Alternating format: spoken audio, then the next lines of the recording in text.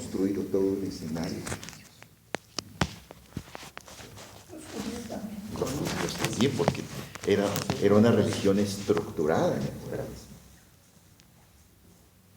Pues resulta que Dios no actúa conforme la estructura que está construida en las culturas, ni siquiera en la cuestión religiosa.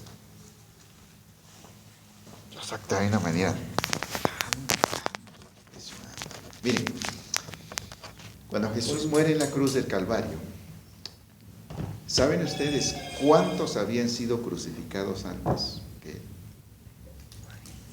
Muchos, ¿no? Miles, hermanos, miles y miles de crucificados. Es más, el lugar donde se sacrifica Jesús se le llamaba el monte de la calavera. Porque allí sacrificaban, allí crucificaban esclavos, rebeldes, todos los que eran enemigos del Imperio Romano. La calavera. ¿Cómo se llamaba el lugar? El monte de las calaveras. Cuando Jesús y esos 3 ladrones son crucificados, Jesús es uno más de los miles, ¿me explico? De los miles que son llevados a la crucifixión. Y en ese momento que Jesús está siendo llevado, Jesús va cargando la cruz. Si en ese momento tú hubieras estado en el cuadro, allí en el lugar, y alguien te hubiera dicho, ese que vaya es el Hijo de Dios, ¿qué es lo que hubieran pensado ustedes? ¿Estás loco? No, ese es un delincuente. ¿A qué horas bajan los ángeles? Ajá, ese es un delincuente. Es uno más de los locos. Era algo normal, ¿no? Ya para todos. Exactamente, Sí. exactamente. Y esa locura que Dios hace, hermanos, esa locura de hacer nacer a su Hijo en el pesebre, de darle el mensaje a los pastores apestosos. Es decir, te va quebrando Dios todos los escenarios posibles en donde pudieras encontrar a Dios. Estás buscando dónde finalmente está Dios metido en todo este escenario. ¿Sí? Y en medio de miles de crucificados, Dios esconde a su Hijo ahí, lo esconde. ¿Me explico? Lo esconde. Y la única manera que tú puedes identificar que es el Hijo de Dios es bajo la revelación del Espíritu Santo. No hay otra manera, porque hay miles de cadáveres ahí, ¿me explico? Entonces lo que hace el Espíritu Santo es extraerlo y presentarlo como el Hijo de Dios. Esa es una locura. ¿Cuál es la diferencia entre los miles? Que es sepultado y Resucita. resucita. Entonces el Espíritu Santo lo toma y lo presenta. Un hombre ensangrentado fue sepultado, resucita de entre los muertos. ¿Sí? Cuando se narra la historia de Jesús, cuando lo narran, sobre todo los historiadores contemporáneos, hay un historiador que se llama Flavio Josefo. Flavio Josefo narra la guerra de los judíos en la misma época en que Jesús es crucificado. Y alguno de los escritos de Flavio Josefo dice un tal Jesús que dijo ser Dios y que afirma que resucitó. Eso es una locura que los cristianos están proclamando. Más tarde nosotros encontramos a Pablo delante de Festo, de uno de los gobernantes romanos.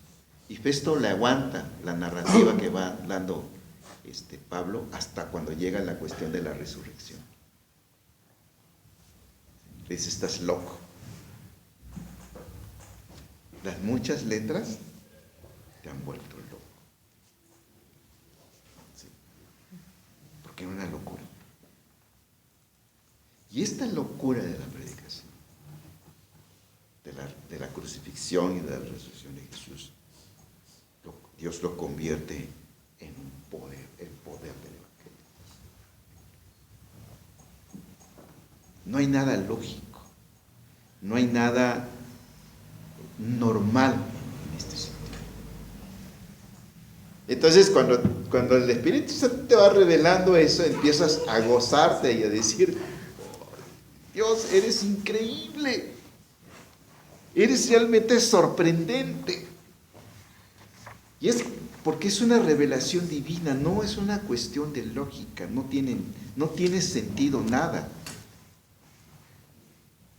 Lo que está haciendo Dios aquí con Naamán no tiene sentido. ¿O sí tiene? No. Los ojos humanos No tiene ningún sentido. De Israel, conquistador de Es como un juego de niños. La niña que va como esclava al corazón del imperio, que lo único que dice es, en Israel hay profeta.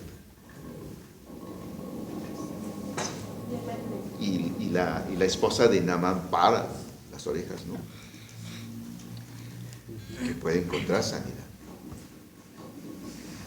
Yo creo que en la noche cuando llega del trabajo Naamán, le dice, oye, fíjate que hay una niña que dice que puedes encontrar sanidad.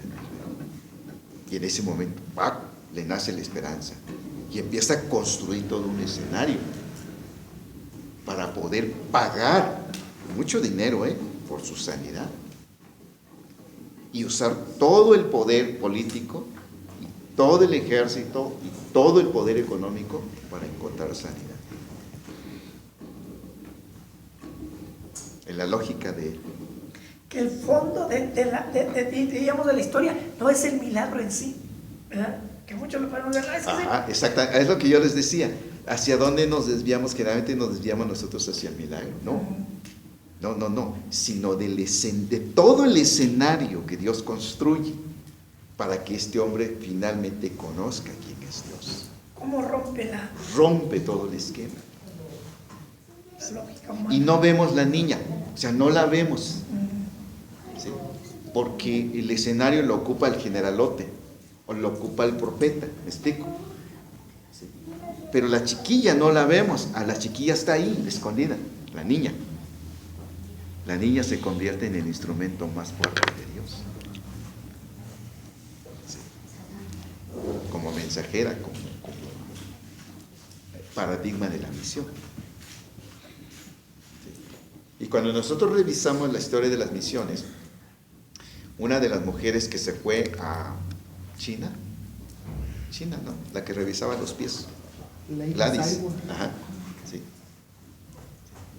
Acuérdense ustedes que había una tradición de que a las niñas les amarraban los pies para el placer sexual de los varones, ¿no? En China.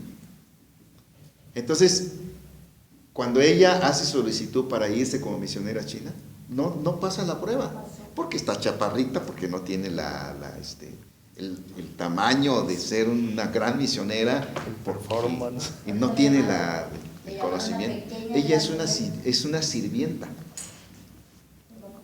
Es una sirvienta. Sí. Entonces, ella junta su dinerito y se va como misionera a China. Ahí vas, con sus maletitas.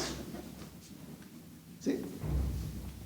Y entonces, en la historia de las misiones, es una marginada, es una menospreciada, que nadie quiere tomarlo en cuenta. Pero la manera como Dios la usa, es impresionante. Se convierte en la principal funcionaria en China, la inspectora de pies, ¿no? Sí, que va revisando los pies y se cancela toda esa tradición y esa costumbre de amarrarle las niñas a los pies. Sí.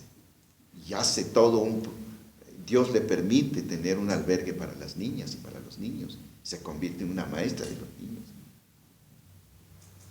Yo creo que Dios se ríe. O sea, Dios se carcajea y dice, yo hago de lo que ustedes menosprecian, lo convierto en un instrumento de mi poder. ¿Sí? ¿No creen ustedes que Dios se está divirtiendo aquí con Naamán? Dios se está divirtiendo. Sí, porque le pidió el orgullo que se doblara. Ajá.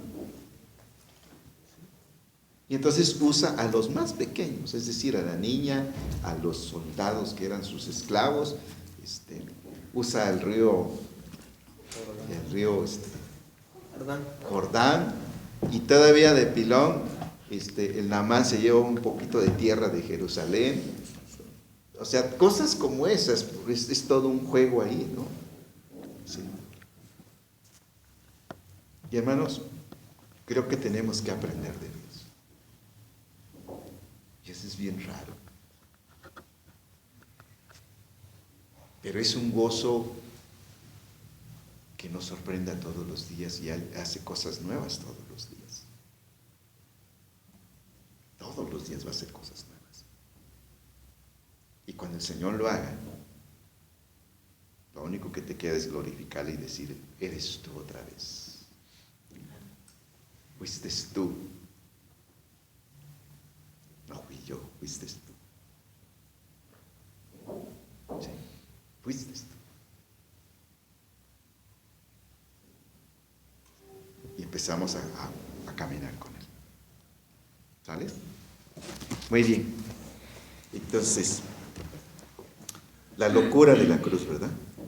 Porque la palabra de la cruz es locura a los que se pierden, pero los que se salvan, esto es a nosotros, es poder de Dios.